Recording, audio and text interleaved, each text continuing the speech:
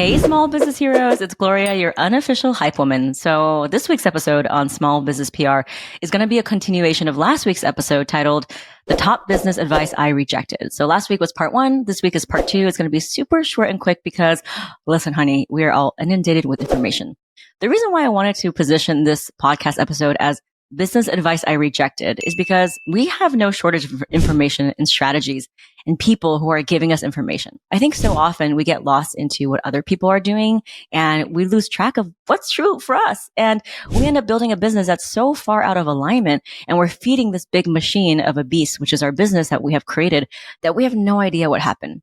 And this actually happened to me when I scaled my business. I had multiple 6-figure launches and I went into a complete and utter burnout after having a big, massive surgery, which is to remove a huge fibroid in my uterus.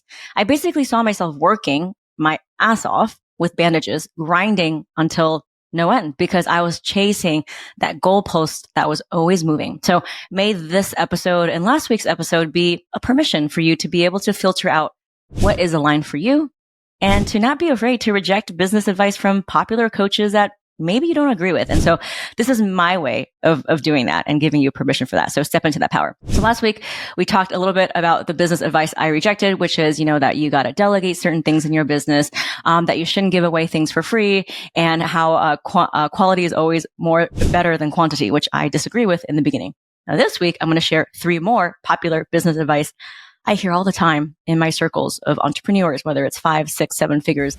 And the first one of this episode is the business advice that I rejected. And that is just creating different offers and different things so that people can buy from you at all different stages. Now, the ascension model of having different tiers, different ways to work with you, in theory, that's fine. There's nothing wrong with having different ways to work with you. But in practice, this is where it gets really tricky. Here's the thing. We are constantly wearing so many hats: leadership, systems, operations, accountability, marketing, that even just to get one funnel and one product super dialed in is really hard. And if you have different business models where you're creating different offers and different things all the time, just for the purpose of getting everyone who walks in the door to be able to work with you based on their budget, that is not in alignment with what you're doing. Remember, you're not at McDonald's. You're not here to serve everyone. And so while it is tempting to have different offers and programs and ways that people can access you at all different budgets and stages, how are you really honing in onto the one thing that you do really well? Stay in your lane. My coach always told me the fastest way to scale your business to $1 million is to have one really compelling offer. And even if you make products, like have one thing that you're really known for, get that super dialed in. And that includes the messaging, the systems around it, how you deliver it. All of those things in and of itself can be a full-time job. So unless you have a ton of money and you can hire the industry's best and turnkey day one, have them come in, set them up for success, it's going to be very hard for us small businesses to be always focused on, oh, well, I need to create another offer here, or, oh, I need a lower price thing, and, oh, I need a higher price thing. So this is my reminder for you that the best way to scale is to have one way or few ways that people can work with you. Products that you really believe in, make products that you have a super dialed in. And after you scale that, then you can branch out.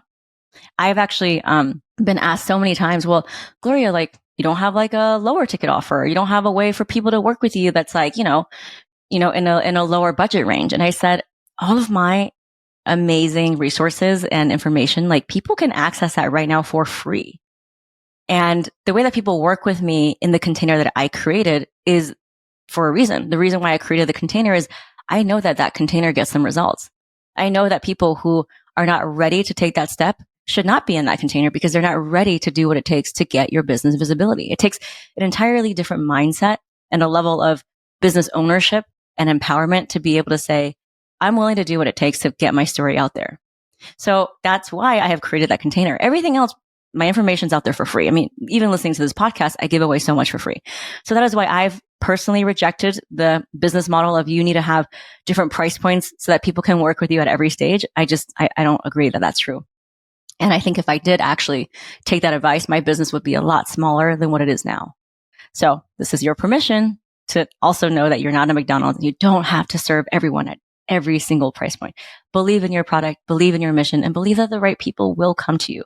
But it's your job to make sure that your products and services are so damn good and it gets people repeatable results that you're unapologetic about it, whether it's from a pricing point of view or however that looks like. Okay. The next thing is always be hustling, always be grinding, always be growing. So while I do agree that a growth mindset is absolutely key for us to evolve, not only as individuals, but as a humanity, we need a growth mindset. That's fundamentally different than this whole thing of like always be growing, always be scaling. Now I come from a scarce, immigrant childhood mentality where more is always better and there was never enough and it was just go, go, go.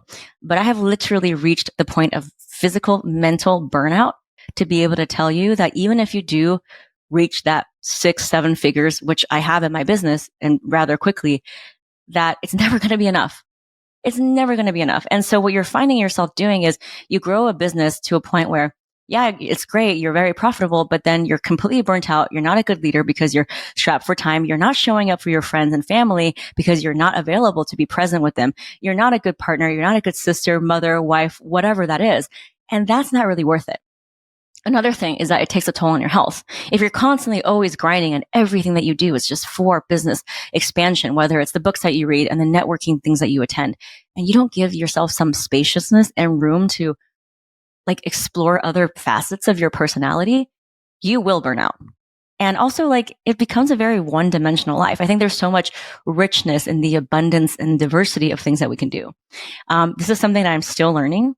I am born to be an entrepreneur. I learned this later on in life, but my father, who died when I was 3, he was an entrepreneur, and everyone always said at a very young age that I am like a carbon copy of him. Now, I didn't really spend enough years with him to really understand the man or really get to know him, but I know that what I'm doing, like I'm living and breathing entrepreneurship. Like I think like an entrepreneur, I act like an entrepreneur. But even though I know that I am doing what I'm supposed to be doing, I still find ways to do things that are quote unquote like non-business related. So things like movement and art therapy and music and dancing and exploring different cultures and maybe reading books and doing things that are not business related and just taking a breath and a beat and not needing every social engagement or interaction to be for the benefit of my business. Because my holistic self, when I really look at myself as a living, breathing, holistic place of creation and impact and love, that's only going to help my business. So I'd rather step back and look at it holistically. So I know it's hard because you're always, everyone's showing their highlight reel and this person did this. And when you reach 5 figures, it's 6 figures. And then it's never going to end. I promise you. I mean, even the people who have reached 8 figures, they're looking at the people who have reached 9 figures. So we know that the goalpost will never end. So we just got to celebrate ourselves a little bit, give ourselves a little bit of grace. And know that this constantly hustle mentality is not good. And here's another way to reframe it is really step into knowing what is the season of business you are in. I was just on my friend Iman Ismail's podcast where we had a really vulnerable conversation about how I'm in the process of descaling my business, how I look to my left and there's a huge board of my entire year planned out from December of last year when I planned this year, and how I'm not doing none of it because I am pivoting, I am innovating, I am creating, and the market's changing. And so we have to adapt. And so, yes, I can resist that. And trust me, I have tried to resist that. But the universe is sending us a message, which is we are living, breathing, evolving, creative things. And this is your permission to maybe have a business that's different than what you thought it was going to be like, to be able to go back a few steps so that you can go forward, to be able to lean into spaciousness and to have time to think about the next steps that you're going to do and give yourself permission to explore that without always having the right answer. I recently went from a team of 7 contractors to a team of 3. It was terrifying. It was a shatter to my ego. It was hurtful. It was so many things. I started questioning my worth. I started questioning my ability to lead, all of the things. But as soon as I kind of surrendered to that and I readdressed the question of what is this here to teach me?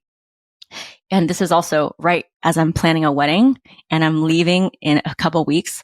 I realized that I was just not set up for this season of my business being a go, go, go, push, push, push season.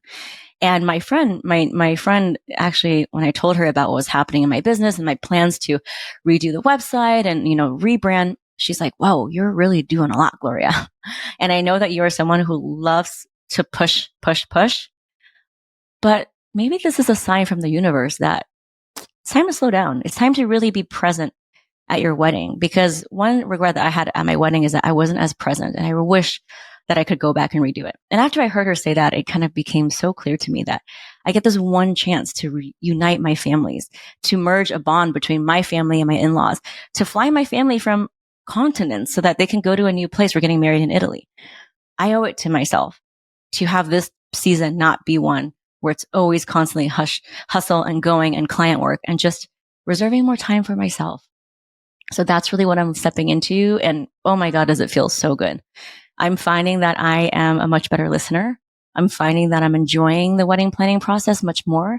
I'm not as short and snappy with my husband, because I just have more energy to be present and lean into these decisions that are going to make our big day absolutely perfect for us. So this is my little reminder for you that to honor the season of business you're in, and know that there are seasons where you are pushing and hustling, and there are seasons where you are collecting information and sitting with insight and getting clear and spending time to plan out your next phase. The last thing I'll leave you with, which is a business advice that I rejected, is there is this whole notion around like, oh, you should just pay to get in the right rooms, or like just pay your way to get on people's radars. And while I think that does work, I also think that's fundamentally exclusionary, because not only is it transactional, you're basically saying, well, you're only going to be able to gain relationships if you pay. And it like cuts us off from our limitless creativity to foster relationships in other ways. I think there's so many other ways that we can get on the radar of people who, yes, maybe are really busy and really high in demand and have a lot of followers. Use your creativity. See how you can, use your platform to sing their praises. Think about how you can tag them in your stories and talk about their methods and basically drive people and audiences to them. They will notice you. How can you use the people in your network? And I really do believe that we're only a few degrees of connections apart. How can you use your existing network to reach that person? So if you do have the money and the resources to just pay to get in the right rooms, go ahead. But I don't necessarily think that just because you pay to be at a conference, that somehow that person on the other end is going to think highly of you, or more highly of you than if you did it another way. All this to say is, yes, you can pay, but there are unlimited solutions for getting the result that you want. So don't always think that it's the money that's stopping you. Maybe it's something else. Maybe it's mindset. Maybe it's confidence. And so once you remove that blocker, you become more stepping into your creative power of knowing there's many ways that I can achieve this, not just paying with money. Because here's the thing, if you don't have the money to pay for it, then you all of a sudden think, well, this is the one thing I don't have, therefore this is not available to me. And so this is my reminder to you that you are limitless, you are infinite. There are so many ways that we can create. Remember, you created this business from nothing, from scratch. Don't forget who the hell you are. So with that, this concludes this part 2 episode of the top or most popular business advice I rejected. The reason I want to do it this way and have a contrarian point of view is because I just want to say stuff that people just don't say all the time. And I don't want to do more of what other people are doing. I want to take a different perspective, because I think when we do see the holistic picture of all the different viewpoints, then we can make a better decision for ourselves of which viewpoint aligns with me. So if you resonated with this, please share it with a business bestie that you know. I so appreciate you listening and being a part of our community. Please rate and subscribe, and I cannot wait to see you for next week's episode.